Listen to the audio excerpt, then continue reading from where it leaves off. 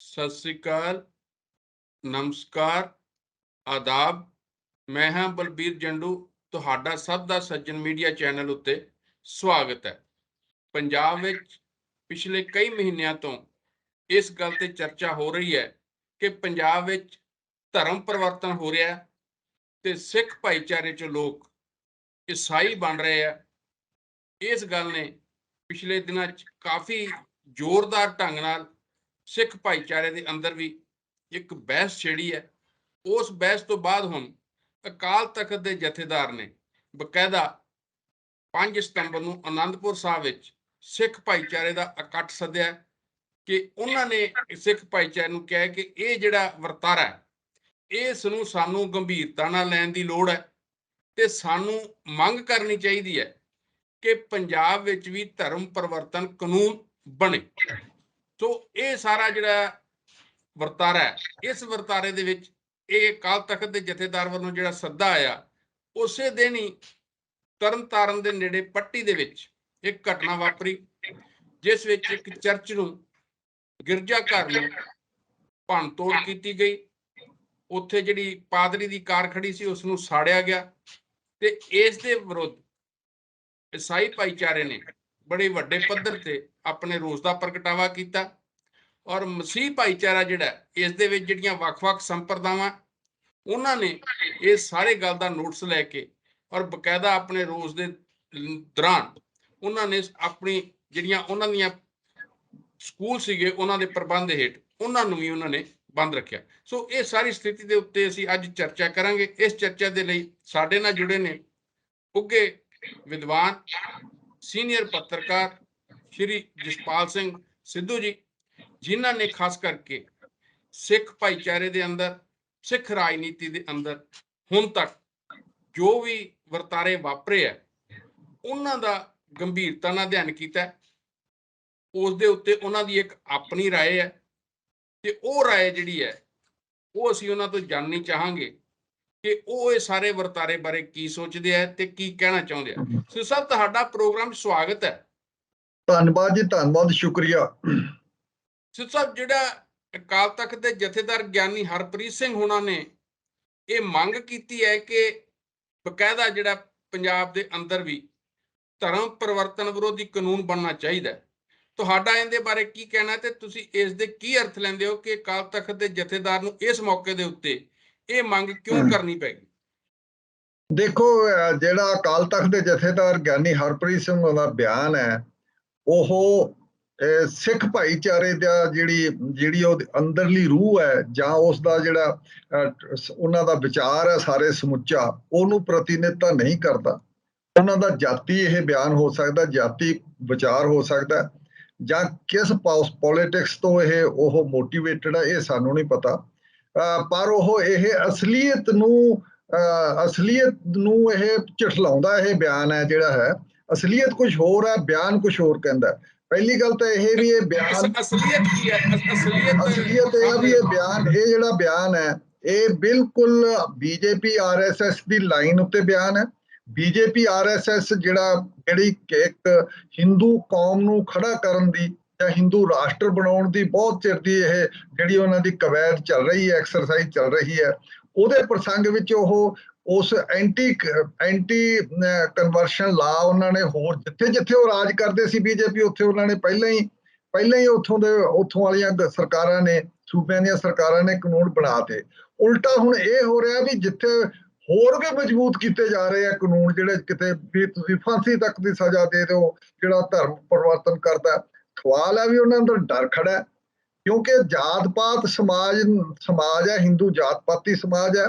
ਮਨੂ ਸਮ੍ਰਿਤੀ ਵਰਗੇ ਇੱਥੇ ਗ੍ਰੰਥ ਹੈ ਜਿਹੜੇ ਕਿ ਜਾਤ ਪਾਤ ਦੀ ਸਪੋਰਟ ਕਰਦੇ ਆ। ਇਹ ਸਾਰੇ ਦੇ ਵਿੱਚ ਜਿਹੜਾ ਥੱਲੇ ਵਾਲਾ ਵਰਗ ਹੈ ਜਿਹੜਾ ਸਮਾਜਿਕ ਤੌਰ ਤੇ ਵਿਤਕਰੇ ਦਾ ਜਿਹੜਾ ਸ਼ਿਕਾਰ ਹੈ ਜਾਂ ਉਹ ਜਾਤ ਪਾਤ ਦੀਆਂ ਜਿਹੜੇ ਘਿਨਾਉਣੇ ਤੇ ਛੂਤ-ਛਾਤ ਤੋਂ ਸ਼ਿਕਾਰ ਹੈ, ਉਹ ਕਿਤੇ ਭੱਜ ਕੇ ਹਿੰਦੂ ਸਮਾਜ ਵਿੱਚੋਂ ਬਾਹਰ ਜਾ ਕੇ ਉਹ ਕਿਤੇ ਹੋਰ ਧਰਮ ਨਾਲ ਜਿੱਥੇ ਉਹਨੂੰ ਸਮਾਨਤਾ ਮਿਲਦੀ ਹੈ, ਰਿਸਪੈਕਟ ਮਿਲਦੀ ਹੈ, ਇੱਜ਼ਤ ਮਿਲਦੀ ਹੈ, ਕਿਤੇ ਉੱਥੇ ਨਾ ਚਲਾ ਜਾਵੇ। ਇਸ ਕਰਕੇ ਉਹਦੀ ਹਮੇਸ਼ਾ ਹਰ ਵਿਅਕਤੀ ਦੀ ਇਹੀ ਖਾਸ਼ ਹੁੰਦੀ ਹੈ ਵੀ ਉਹ ਉਸ ਧਰਮ 'ਚ ਰਹੇ ਜਿੱਥੇ ਉਹਨੂੰ ਸਨਮਾਨਤਾ ਤੇ ਇੱਜ਼ਤ ਮਿਲੇ। ਇਸ ਕਰਕੇ ਇਹਨਾਂ ਦੇ ਧਰਮ ਦੇ ਵਿੱਚ ਤਾਂ ਸਦੀਆਂ ਤੋਂ ਜਾਤ ਪਾਤ ਵਿੱਚ ਥੱਲੇ ਬੰਦੇ ਜਿਹੜੇ ਸ਼ਿਕਾਰ ਹੈ ਉਹਨਾਂ ਨੂੰ ਇੱਜ਼ਤ ਕਿੱਥੇ ਮਿਲਣੀ ਹੈ, ਪਰ ਇਹ ਨਿਕਲ ਨਹੀਂ ਦੇਣਾ ਚਾਹੁੰਦੇ। ਇਹ ਇਸ ਕਰਕੇ ਇਹਨਾਂ ਨੇ ਧਰਮ ਪਰਿਵਰਤਨ ਵਿਰੋਧੀ ਕਾਨੂੰਨ ਥਾਂ ਪਾਸ ਕਰ ਦਿੱਤੇ ਆ। ਤੇ ਇੱਥੇ ਜਿਹੜੀ ਪੰਜਾਬ ਦੀ ਮੰਗ ਹੈ ਅਕਾਲ ਤਖਤ ਦੇ ਜਥੇਦਾਰ ਵੱਲੋਂ, ਇਹ ਉਸੇ ਲਾਈਨ ਤੇ ਹੈ, ਬਿਲਕੁਲ ਵੱਖਰੀ ਨਹੀਂ ਹੈ। ਸਿੱਖਾਂ 'ਚ ਕਦੇ ਮੰਗ ਨਹੀਂ ਹੋਈ, ਸਿੱਖ ਇੱਕ ਘੱਟ ਮਿਨੋਰਿਟੀ ਆ, ਛੋਟੀ ਜਿਹੀ ਮਿਨੋਰਿਟੀ ਆ, 1.5-2% ਪਾਪੂਲੇਸ਼ਨ ਹੈ ਦੇਸ਼ ਦੇ ਵਿੱਚ। ਕਿਤੇ ਘੱਟ ਗਿਣਤੀਆਂ ਵੀ ਇਹੋ ਜਿਹਾ ਕਾਨੂੰਨ ਮੰਗਦੀਆਂ ਹੁੰਦੀਆਂ, ਬੜੀ ਹੈਰਾਨੀ ਦੀ ਗੱਲ ਹੈ। ਘੱਟ ਗਿਣਤੀ ਤਾਂ ਹਮੇਸ਼ਾ ਵੱਡੀ ਗਿਣਤੀ ਉਹਨੂੰ ਆਪਣੇ ਵਿੱਚ ਸਮੋ ਨਾ ਲਵੇ, ਆਪਣੇ ਨਾਲ ਉਹਨੂੰ ਆਪਣੇ ਵਿੱਚ ਕਦੇ ਜਜ਼ਬ ਨਾ ਕਰ ਲਏ, ਜਿਵੇਂ ਬੁੱਧ ਧਰਮ ਨੂੰ ਇੱਥੇ ਕਰ ਲਿਆ ਸੀਗਾ ਪਹਿਲਾਂ। ਇਸ ਗੱਲ ਤੋਂ ਤਾਂ ਸਿੱਖ ਵੀ ਅੱਜ ਕੱਲ੍ਹ ਡਰਦੇ ਆ, ਤੇ ਆਰੀਆ ਸਮਾਜ ਨੇ ਮੁਹਿੰਮ ਚਲਾਈ ਹੋਈ ਸੀ।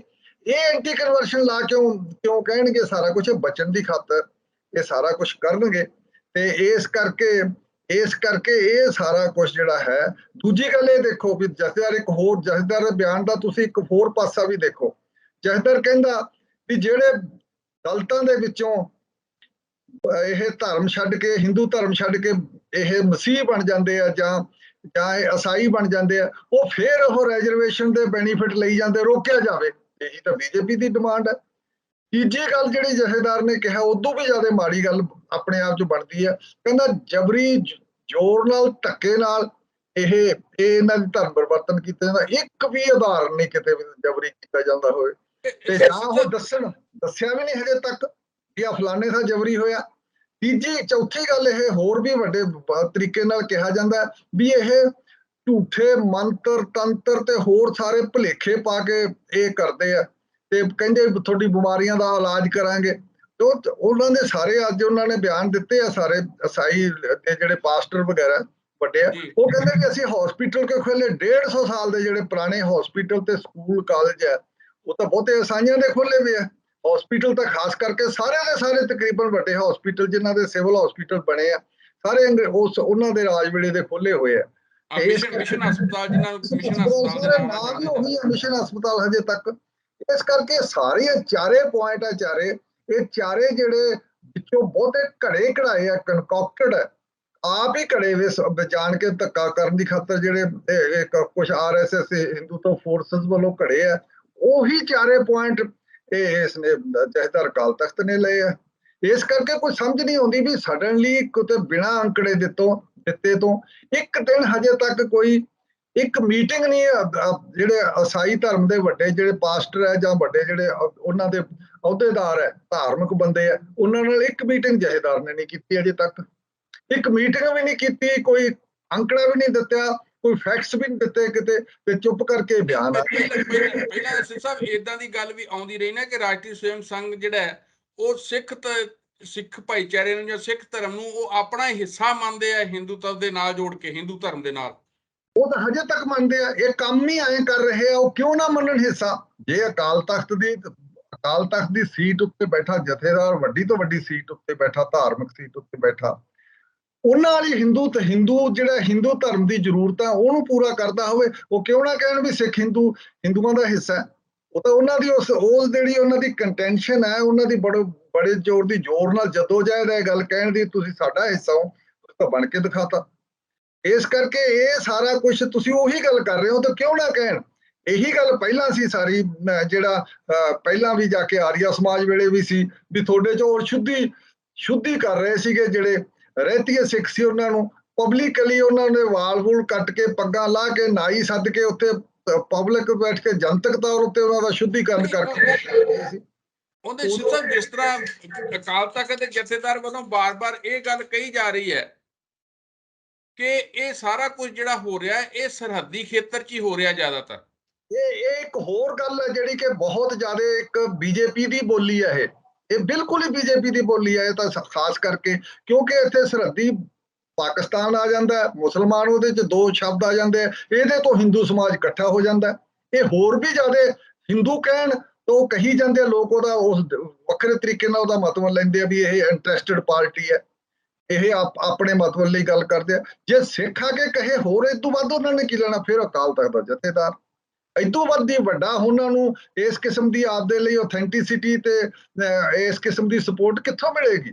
ਇਸ ਕਰਕੇ ਇਹ ਚੌਥੀ ਪੰਜਵੀਂ ਗੱਲ ਵੀ ਇਹ ਜਥੇਦਾਰ ਦੇ ਬਿਆਨ ਦੇ ਵਿੱਚ ਗਲਤ ਗੱਲ ਹੈ ਸਾਰੀ। ਇਸ ਕਰਕੇ ਜਥੇਦਾਰ ਨੂੰ ਚਾਹੀਦਾ ਵੀ ਉਹ ਆਪਣੇ ਆਪ ਨੂੰ ਜਾ ਕੇ ਹਿੰਦੂਤਵਾ ਫੋਰਸਾਂ ਦੇ ਏਜੰਡੇ ਉੱਤੇ ਕੰਮ ਨਾ ਕਰੇ। ਉਹ ਚਾਹੀਦਾ ਇਹ ਬਿਲਕੁਲ ਲੋਕ ਸਮਝਦੇ ਆ, ਪੁਰਾਣੀਆਂ ਗੱਲਾਂ ਸੀ, ਜਦੋਂ ਜਥੇਦਾਰ ਨੇ ਜੋ ਕਹਿਤਾ ਲੋਕਾਂ ਨੇ ਮੰਨ ਲਿਆ।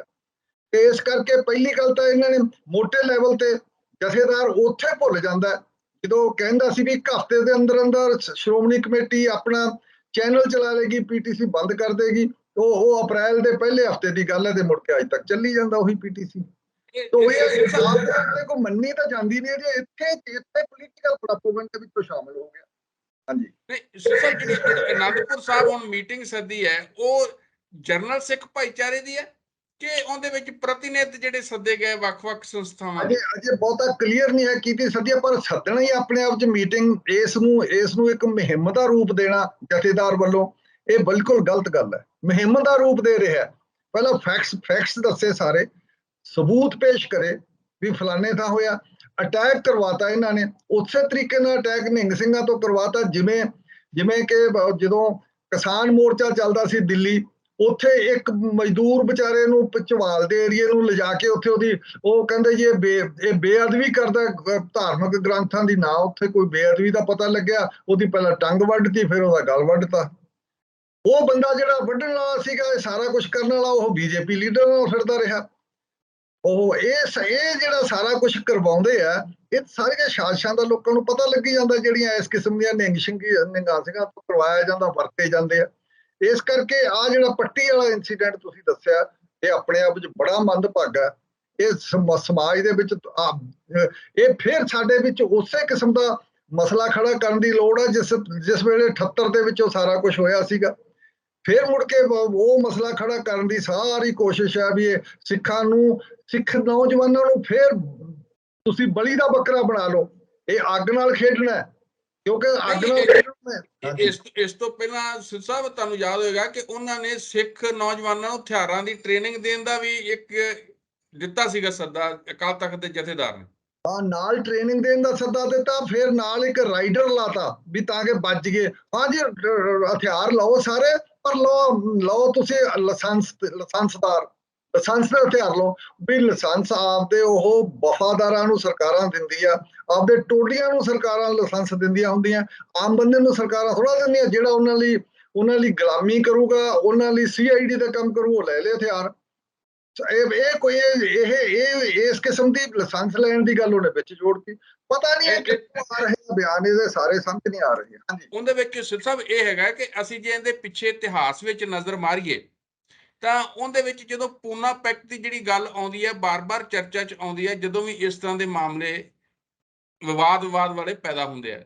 ਉਹਦੇ ਵਿੱਚ ਵੀ ਜਦੋਂ 4 ਅਗਸਤ 1932 ਨੂੰ ਕਮਿਊਨਲ ਅਵਾਰਡ ਹੋਇਆ ਤਾਂ ਉਸ ਤੋਂ ਬਾਅਦ ਬਕਾਇਦਾ ਜਿਹੜਾ ਹੈਗਾ ਮਹਾਤਮਾ ਗਾਂਧੀ ਨੇ ਮਰਨ ਵਰਤ ਰੱਖਿਆ, ਔਰ ਉਸ ਤੋਂ ਬਾਅਦ ਫਿਰ ਜਿਹੜਾ 24 ਸਤੰਬਰ 1932 ਨੂੰ ਹੀ ਜਿਹੜਾ ਹੈਗਾ ਉਹਦੇ ਵਿੱਚ ਜਿਹੜੀ ਗੱਲ ਸੀਗੀ, ਐਗਰੀਮੈਂਟ ਹੋਇਆ ਮਹਾਤਮਾ ਗਾਂਧੀ ਤੇ ਡਾਕਟਰ BR ਅੰਬੇਦਕਰ ਦੇ ਵਿਚਾਲੇ, ਜਿਹਦੇ ਵਿੱਚ ਫਿਰ ਬਕਾਇਦਾ ਜਿਹੜੀ ਹੈ ਇੱਕ ਰਿਜ਼ਰਵੇਸ਼ਨ ਰੱਖਣ ਦਾ ਕਮਿਊਨਲ ਜਿਹੜੇ ਸੀਗੇ ਕੰਸਟੀਚੁਐਂਸੀ ਜਾਂ ਕਮਿਊਨਲ ਇਲੈਕਟੋਰੇਟ ਜਿਹੜੇ ਬਣਾਉਣ ਦੀ ਗੱਲ ਸੀ, ਉਸ ਨੂੰ ਪਾਸੇ ਰੱਖ ਕੇ ਤੇ ਬਕਾਇਦਾ ਜਿਹੜਾ 148 ਸੀਟਾਂ ਜਿਹੜੀਆਂ ਸੀਗੀਆਂ ਉਹ ਜਿਹੜੀਆਂ ਡਿਪਰੈਸਡ ਕਲਾਸ ਜਾਂ ਅਸੀਂ ਦਲਿਤ ਸਮਾਜ ਦੀ ਗੱਲ ਕਰ ਸਕਦੇ ਹਾਂ ਕਿ ਉਹਨਾਂ ਨੇ ਰੱਖੀਆਂ। ਉਹਦੇ ਵਿੱਚ 19% ਸੀਟਾਂ ਉਹਨਾਂ ਨੇ ਸੈਂਟਰਲ ਲੈਜਿਸਲੇਟਿਵ 'ਚ ਤੇ 20% ਸੀਟਾਂ ਪ੍ਰੋਵਿੰਸ਼ੀਅਲ ਜਿਹੜੀਆਂ ਲੈਜਿਸਲੇਟਿਵ 'ਚ ਰੱਖੀਆਂ।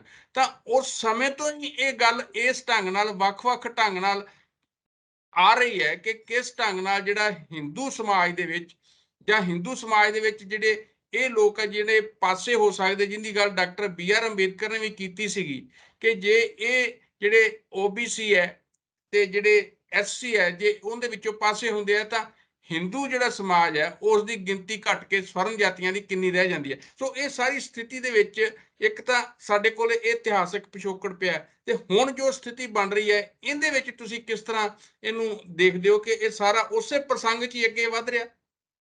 ਬਿਲਕੁਲ ਉਸੇ ਪ੍ਰਸੰਗ 'ਚ ਵੱਧ ਰਿਹਾ। ਮੈਂ ਥੋੜਾ ਜਿਹਾ ਇਹਦੇ ਪਿੱਛੇ ਐਡ ਕਰੂੰ ਵੀ ਜਦੋਂ ਅੰਗਰੇਜ਼ਾਂ ਨੇ 1857 ਦੇ ਗਦਰ ਤੋਂ ਬਾਅਦ ਜਦ ਸਾਰਾ ਜਿਹੜਾ 1857 ਦੀ ਜਿਹਨੂੰ ਆਜ਼ਾਦੀ ਦੀ ਪਹਿਲੀ ਲੜਾਈ ਵੀ ਕਹਿੰਦੇ ਆ ਕੁਛ ਕਹਿ ਲੈਣ, ਉਸ ਪਿੱਛੋਂ ਇਹਨਾਂ ਨੇ ਕੀ ਕੀਤਾ, ਮੁਸਲਮਾਨਾਂ ਤੋਂ ਰਾਜ ਪਾਜ ਖੋਹਿਆ ਸੀ, ਇਹਨਾਂ ਨੇ ਅੰਗਰੇਜ਼ਾਂ ਨੇ ਨਵਾਬਾਂ ਤੋਂ ਖੋਹਿਆ ਸੀ ਸਾਰਾ ਰਾਜ।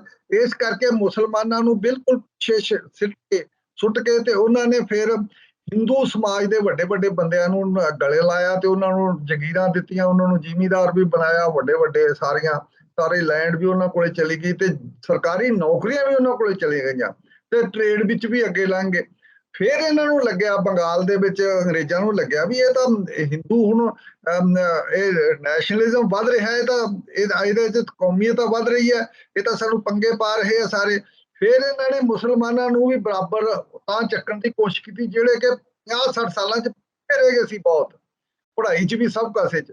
ਫਿਰ ਉਹਨਾਂ ਨੇ 1909 ਦੇ ਵਿੱਚ ਉਹਨਾਂ ਲਈ ਕਮਿਊਨਲ ਅਵਾਰਡ ਜਾਂ ਉਹਨਾਂ ਲਈ ਵੱਖਰੇ ਚੋਣ ਹਲਕੇ ਵੱਖਰੇ ਰੱਖਦੇ ਜਿਹਨੂੰ 1909 ਚ। ਅੱਛਾ, ਫਿਰ ਲੱਗਿਆ ਕਾਂਗਰਸ ਨੂੰ ਵੀ ਸਾਨੂੰ ਸਮਝੌਤਾ ਕਰਨਾ ਪਊ। ਕਾਂਗਰਸ ਦੇ ਲੀਡਰ ਤਾਂ ਹਿੰਦੂ ਲੀਡਰ ਸੀਗੇ, ਮਹਾਤਮਾ ਗਾਂਧੀ ਵਰਗੇ। ਇਹਨਾਂ ਨੇ ਫਿਰ ਸਮਝੌਤਾ ਕੀਤਾ, ਚਲੋ ਅਸੀਂ ਮੁਸਲਮਾਨਾਂ ਨਾਲ ਰਲ ਕੇ ਚੱਲਦੇ ਆ। ਇਹਨਾਂ ਨੇ ਲਖਨਊ ਪੈਕਟ ਦੇ ਵਿੱਚ ਜਿਹੜਾ 1916 ਚ ਹੋਇਆ, ਉਹਦੇ ਵਿੱਚ ਕਹਿਤਾ ਵੀ ਹਾਂ ਤੁਹਾਨੂੰ ਅਸੀਂ ਤੁਹਾਨੂੰ ਹੁਣ ਇਦੋਂ ਰਿਜ਼ਰਵੇਸ਼ਨ ਤੁਹਾਡੀ ਜਿਹੜੀ ਕਮਿਊਨਲ ਅਵਾਰਡ ਹੈ ਉਹਨੂੰ ਜਿਉਂ ਦੀ ਤਿਉਂ ਰੱਖਾਂਗੇ। ਪੰਜਾਬ ਵਿੱਚ ਤਾਂ ਇਹਨਾਂ ਨੂੰ 50% ਸੀਟਾਂ ਦੇਤੀਆਂ ਉਸ ਵੇਲੇ ਜਿਹੜੀਆਂ ਦਿੱਤੀਆਂ। ਅੱਛਾ, ਉਦੋਂ ਪਿੱਛੋਂ ਫਿਰ ਇਹਨਾਂ ਨੇ ਆਖਿਆ, ਖਿਲਾਫਤ ਮੂਵਮੈਂਟ ਵਿੱਚ ਵੀ ਗਾਂਧੀ ਨਾਲ ਹੀ ਰਿਹਾ। ਉਦੋਂ ਪਿੱਛੋਂ ਥੋੜਾ ਜਿਹਾ ਪਿੱਛੋਂ 20 ਚੱਲੀ ਜਿਹੜੀ 1920 ਚ, ਉਦੋਂ ਪਿੱਛੋਂ ਇਹਨਾਂ ਨੂੰ ਲੱਗਿਆ ਵੀ ਇਹ ਨਹੀਂ ਸਾਡੇ ਨਾਲ ਚੱਲ ਨਹੀਂ ਸਕਦਾ। ਇਹਨਾਂ ਨੇ ਫਿਰ ਆਪਦਾ ਹਿੰਦੂ ਕੌਮ ਨੂੰ, ਹਿੰਦੂ ਰਾਸ਼ਟਰ ਨੂੰ ਵੱਡਾ ਕਰਨਾ ਸ਼ੁਰੂ ਕੀਤਾ। ਉਹਦੇ ਵਿੱਚ ਇਹਨਾਂ ਨੂੰ ਲੋੜ ਸੀ, ਜਿਹੜਾ ਤੁਸੀਂ ਹੁਣ ਦੱਸ ਕੇ ਹਟਿਓ ਵੀ ਅਸੀਂ ਇਹ ਜਿਹੜੀ ਕਵੈਦ ਹੈ, ਜਿਹੜੀ ਐਕਸਰਸਾਈਜ਼ ਸੀ ਸਾਡੀ ਹਿੰਦੂ ਰਾਸ਼ਟਰ ਬਣਾਉਣ ਦੀ, ਹਿੰਦੂ ਸਮਾਜ ਵੱਡੇ ਲੈਵਲ ਤੇ ਇਕੱਠਾ ਕਰਨ ਦਾ, ਉਹ ਇਹਨਾਂ ਨੇ ਉਹ ਪੂਨਾ ਪੈਕਟ ਵਿੱਚ ਇਹ ਕੰਮ ਕੀਤਾ। ਜੇ ਵਿੱਚੋਂ ਨਿਕਲ ਜਾਂਦਾ ਅੰਬੇਦਕਰ ਜਿਹੜਾ ਅਵਾਰਡ ਲੈ ਆਇਆ ਸੀ, ਕਮਿਊਨਲ ਅਵਾਰਡ ਲੈ ਆਇਆ ਸੀਗਾ ਜਾ ਕੇ ਲੰਡਨ ਦੀ ਗੋਲਮੇਜ ਕਾਨਫਰੰਸ। ਇਹਦੇ ਬਾਰੇ ਵੀ ਕੋਈ ਜਾਣਕਾਰੀ ਹੈ ਕਿ ਉਦੋਂ ਆਰਐਸਐਸ ਨੇ ਇਹਦੇ ਬਾਰੇ ਕੀ ਸਟੈਂਡ ਲਿਆ ਸੀ? ਉਹ ਵਿਰੋਧੀ ਸਟੈਂਡ ਸੀ, ਉਹਦਾ ਸਾਰਾ ਵਿਰੋਧੀ ਸਟੈਂਡ ਸੀਗਾ ਸਾਰਾ। ਤੇ ਅੱਛਾ, ਉਹ ਜੇ ਗੋਲਮੇਜ ਕਾਨਫਰੰਸ ਵਿੱਚੋਂ ਜਾ ਕੇ ਇਹ ਲੈ ਆਇਆ ਉੱਥੋਂ, ਉਸ ਵੇਲੇ ਦੇ ਪ੍ਰਾਈਮ ਮਿਨਿਸਟਰ ਨੇ ਉਹਨਾਂ ਦੇ ਲੰਡਨ ਦੇ ਵਿੱਚ ਇਹ ਕਿਹਾ ਵੀ ਹਾਂ ਤੁਸੀਂ, ਤੁਹਾਡੇ ਨਾਲ ਬਹੁਤ ਸਮਾਜਿਕ ਵਿਤਕਰੇ ਹੋ ਰਹੇ ਆ ਲਗਾਤਾਰ, ਛੂਤ ਛਾਤ ਦੇ ਤੁਸੀਂ ਦੋਖੀ ਹੋ, ਸਾਰਾ ਤੁਹਾਡੇ ਉੱਤੇ ਇਹ ਤਸ਼ੱਦਦ ਵੀ ਹੋ ਰਿਹਾ ਤੇ ਤੁਹਾਨੂੰ ਅਸੀਂ ਵੱਖਰੇ ਹਲਕੇ ਦੇ ਰਹੇ ਆ ਤੁਹਾਨੂੰ। ਤੇ ਉਹ ਲੈ ਕੇ ਆ ਗਿਆ ਇੱਥੇ ਅਵਾਰਡ, ਜਿਹੜਾ ਕਿ ਡੇਟ ਜਿਹੜੀ ਤੁਸੀਂ ਕਿਹਾ ਵੀ 18 ਉਸ ਨੂੰ 4 ਅਗਸਤ 1932 ਨੂੰ ਲੈ ਕੇ ਆਇਆ ਸੀਗਾ। ਇੱਥੇ ਕਮਿਊਨਲ ਅਵਾਰਡ ਉਹ ਬ੍ਰਿਟਿਸ਼ ਪ੍ਰਾਈਮ ਮਿਨਿਸਟਰ ਵੱਲੋਂ ਕੀਤਾ ਗਿਆ ਸੀ, ਪ੍ਰਾਈਮ ਮਿਨਿਸਟਰ ਕੋਲ ਲੈ ਕੇ ਆਇਆ ਸੀ ਉਸ ਵੇਲੇ, ਬਹੁਤ ਵੱਡੀ ਗੱਲ ਸੀ। ਇੱਥੇ ਆਇਆ ਤਾਂ ਗਾਂਧੀ ਵਰਗੇ ਨੂੰ ਰੌਲਾ ਪੈ ਗਿਆ ਵੀ ਇਹ ਤਾਂ ਸਾਡੇ ਵਿੱਚੋਂ 25% ਐਡੀ ਵੱਡੀ ਗਿਣਤੀ ਜੇ ਕਿਤੇ ਦਲਿਤਾਂ ਦੀ ਨਿਕਲ ਗਈ, ਜਿਹੜੇ ਹੁਣ ਹਿੰਦੂ ਫੋਲਡ ਵਿੱਚ ਹੈ, ਤੇ ਇਸ ਕਰਕੇ ਸਾਨੂੰ ਤਾਂ ਅਸੀਂ ਬਹੁਤ ਛੋਟੇ ਰਹਿ ਜਾਾਂਗੇ। ਫਿਰ ਇਹਨਾਂ ਨੇ ਨਰਮਦਾ ਜੇਲ੍ਹ ਦੇ ਵਿੱਚ ਮਰਨ ਵਰਤ ਰੱਖ ਲਿਆ ਗਾਂਧੀ ਨੇ। ਮਰਨ ਵਰਤ ਇਹਨਾਂ ਨੇ ਵੇਖੋ ਮਰਨ ਵਰਤ 18 ਤਰੀਕ ਨੂੰ ਸਤੰਬਰ ਨੂੰ ਰੱਖ ਲਿਆ 32 ਚ, ਤੇ 5-7 ਦਿਨਾਂ ਵਿੱਚ ਉਹ ਬੰਦਾ ਇੰਨਾ ਪ੍ਰੈਸ਼ਰ ਪਿਆ ਅੰਬੇਦਕਰ ਉੱਤੇ, ਅੰਬੇਦਕਰ ਨੂੰ ਡਰ ਲੱਗਣ ਲੱਗ ਗਿਆ ਵੀ ਮੈਨੂੰ ਲਿੰਚ ਕਰ ਦੇਣਗੇ, ਬਾਹਰ ਨਹੀਂ ਨਿਕਲਣ ਦੇਣਗੇ।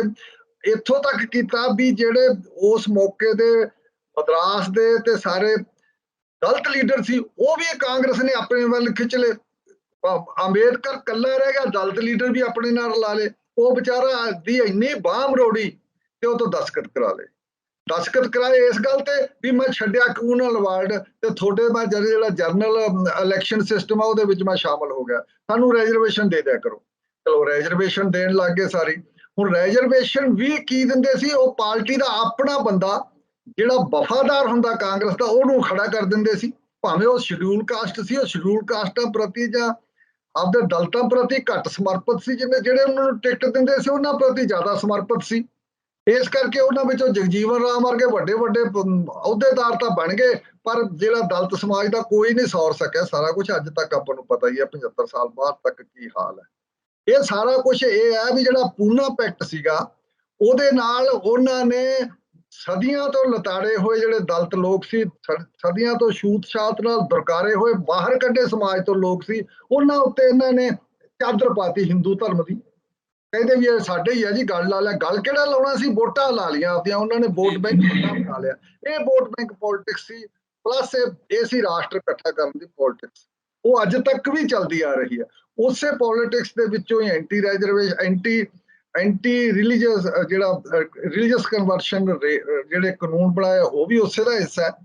ਤੇ ਉਸੇ ਦਾ ਹਿੱਸਾ ਇਹ ਹੈ ਜਿੱਥੇ ਅਕਾਲ ਤਖਤ ਦਾ ਜਥੇਦਾਰ ਹੁਣ ਪੰਜਾਬ ਲਈ ਧਰਮ ਦਾ ਪਰਿਵਰਤਨ ਵਿਰੋਧੀ ਕਾਨੂੰਨ ਬਣਾਉਣ ਦੀ ਗੱਲ ਕਰਦਾ। ਇਹ ਉਸੇ ਜਿਸ ਤਰ੍ਹਾਂ ਅਸੀਂ ਦੇਖਦੇ ਹਾਂ ਕਿ ਜਿਹੜੇ ਈਸਾਈਆਂ ਦੇ ਨਾਲ ਜਿਸ ਕਿਸਮ ਦੇ ਟਕਰਾਅ ਦੀ ਸਥਿਤੀ ਬਣ ਰਹੀ ਹੈ ਜਾਂ ਤਣਾਅ ਬਣ ਰਿਹਾ ਹੈਗਾ, ਬੇਸ਼ੱਕ ਕਿ ਉਹਦੇ ਵਿੱਚ ਇੱਥੇ ਉਹ ਈਸਾਈ ਭਾਈਚਾਰਾ ਜਿਹੜਾ ਘੱਟ ਗਿਣਤੀ 'ਚ ਹੈ, ਪਰ ਅਸੀਂ ਦੇਖਦੇ ਹਾਂ ਕਿ ਸਾਡੇ ਬਹੁਤ ਸਾਰੇ ਜਿਹੜਾ ਭਾਰਤੀ ਨੇ, ਪੰਜਾਬੀ ਨੇ, ਉਹ ਸਾਰੇ ਹੀ ਜਿਹੜੇ ਯੂਰਪ 'ਚ ਨੇ, ਅਮਰੀਕਾ 'ਚ ਨੇ, ਕੈਨੇਡਾ 'ਚ ਨੇ, ਆਸਟ੍ਰੇਲੀਆ 'ਚ, ਨਿਊਜ਼ੀਲੈਂਡ, ਜਿੱਥੇ ਵੀ ਵਸੇ ਹੋਏ ਦੁਨੀਆ 'ਚ, ਜਿਸ ਤਰ੍ਹਾਂ ਕਿਹਾ ਜਾਂਦਾ ਹੈ ਕਿ 150 ਦੇਸ਼ਾਂ ਦੇ ਵਿੱਚ ਭਾਰਤੀ ਜਿਹੜੇ ਹੈ ਜਾਂ ਪੰਜਾਬੀ ਹੈ ਉਹ ਵਸਦੇ ਆ।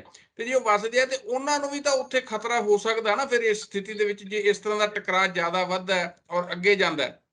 ਪਹਿਲੇ ਇਹਦੇ ਵਿੱਚ ਛੋਟੀ ਜਿਹੀ ਗੱਲ ਇੱਕ ਹੋਰ ਹੈ ਵੀ ਤੁਸੀਂ ਇਹ ਦੇਖੋ ਵੀ ਜਿਹੜਾ ਅਸਲ ਖਤਰਾ ਸੀ, ਜਦੋਂ ਡਰ ਸੀ, ਉਦੋਂ ਸੀ ਜਦੋਂ ਅੰਗਰੇਜ਼ਾਂ ਦੀ ਤੂਤੀ ਬੋਲਦੀ ਸੀ, ਸੂਰਜ ਨਹੀਂ ਸੀ ਛੁਪਦਾ ਉਹਨਾਂ ਦੇ ਰਾਜ ਦੇ ਵਿੱਚ, ਦੁਨੀਆ ਦੇ ਕਿੰਨੇ ਮੁਲਕਾਂ ਉੱਤੇ ਉਹਨਾਂ ਦਾ ਰਾਜ ਸੀ।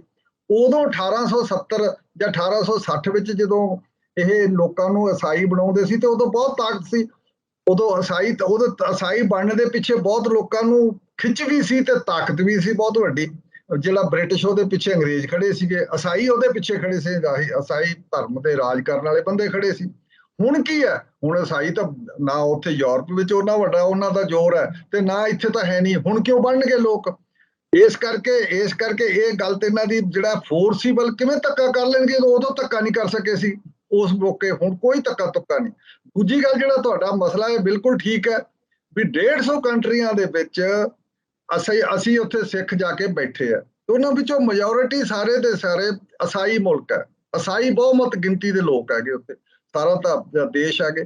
ਤੇ ਇੱਥੇ ਅਮਰੀਕਾ ਵਿੱਚ ਤਾਂ ਹਜੇ ਤੱਕ ਵੀ ਇਹ ਸੱਚ ਹੈ ਵੀ ਈਸਾਈ ਤੋਂ ਬਿਨਾਂ ਕੋਈ ਬੰਦਾ ਪ੍ਰੈਜ਼ੀਡੈਂਟ ਨਹੀਂ ਬਣ ਸਕਦਾ, ਉੱਤੋਂ ਭਾਵੇਂ ਉਹ ਡੈਮੋਕ੍ਰੇਸੀ ਜਮਹੂਰੀਅਤ ਦਾ ਕੋਈ ਵੀ ਪੜਦਾ ਹੋਵੇ। ਹਜੇ ਤੱਕ ਵੀ ਇੱਥੋਂ ਤੱਕ ਇਸੇ ਕਰਕੇ ਓਬਾਮਾ ਨੂੰ ਵਾਰ-ਵਾਰ ਲੋਕਾਂ ਨੂੰ ਸਪਸ਼ਟੀਕਰਨ ਦਿੱਤਾ ਪਿਆ ਆਪਦੇ 8 ਸਾਲ ਦੇ ਪ੍ਰੈਜ਼ੀਡੈਂਟਸ਼ਿਪ ਦੇ ਦੌਰ 'ਚ ਵੀ ਮੈਂ ਮੁਸਲਮਾਨ ਨਹੀਂ, ਮੈਂ ਈਸਾਈ ਹਾਂ। ਇਹ ਕਹਿਣਾ ਪਿਆ ਵਾਰੀ-ਵਾਰੀ। ਇਸ ਕਰਕੇ ਉਹ ਭਾਵੇਂ ਉਹ ਇਹ ਅਫਰੀਕਨ ਸੀਗਾ, ਉਹ ਅਫਰੀਕਨ ਮੂਲ ਦਾ, ਤੇ ਇਸ ਕਰਕੇ ਤੁਸੀਂ ਇੱਥੇ ਬਿਲਕੁਲ ਸਪਸ਼ਟ ਹੈ ਵੀ। ਤੇ ਫਿਰ ਜਦੋਂ ਫਿਰ ਹੁਣ ਆਇਆ ਦੂਜਾ ਬੰਦਾ ਆਇਆ ਇਸ ਬਾਈਡਨ ਤੋਂ ਪਹਿਲਾਂ ਵਾਲਾ, ਇਸ ਨੇ ਤਾਂ ਟਰੰਪ ਦਾ ਸਿੱਧਾ ਈਸਾਈਵਾਦ ਦੀ ਗੱਲ ਕਰਤੀ। ਉੱਥੇ ਫਸਾਦ ਵੀ ਹੋ ਗਏ ਸੀ, ਸਾਡੇ ਬੰਦੇ ਟਾਰਗੇਟ ਵੀ ਬਣ ਜਾਣਗੇ। ਇਹਨਾਂ ਨੇ ਉਹੀ ਗਲਤੀ ਕਰ ਰਹੇ ਆ ਜਿਹੜੀਆਂ ਪਹਿਲਾਂ ਗਲਤੀਆਂ ਕੀਤੀਆਂ। ਜਨਾਹ ਵਾਲੀ ਵੱਡੀ ਗਲਤੀ ਸੀ। ਜਨਾਹ ਨੇ ਮੁਸਲਮਾਨਾਂ ਲਈ ਵੱਖਰਾ ਦੇਸ਼ ਬਣਾਇਆ, ਅੱਧੇ ਮੁਸਲਮਾਨ ਇੱਥੇ ਰਹਿ ਗਏ ਬਰਾਬਰ ਦੇ ਜਿਹੜੇ ਮੁਸਲਮਾਨ ਪਿੱਛੇ ਇੰਡੀਆ 'ਚ ਰਹਿ ਗਏ, ਉਹਨਾਂ ਨੂੰ ਹਮੇਸ਼ਾ ਲਈ ਜਰਗਮਾਲ ਬਣਾਤਾ, ਲੀਡਰਲੈਸ ਤੇ ਜਰਗਮਾਲ। ਜਦੋਂ ਕੋਈ ਹਿੰਦੂ ਸਮਾਜ ਨੂੰ ਇਕੱਠਾ ਕਰਨਾ ਹੁੰਦਾ, ਕੰਸੋਲੀਡੇਟ ਕਰਨਾ ਹੁੰਦਾ, ਜਦੋਂ ਵੀ ਇੱਥੇ ਕੋਈ ਇਲੈਕਸ਼ਨ ਜਿੱਤਣੀ ਹੁੰਦੀ ਹੈ, ਲਿੰਚਿੰਗ ਸ਼ੁਰੂ ਹੋ ਜਾਂਦੀ ਹੈ।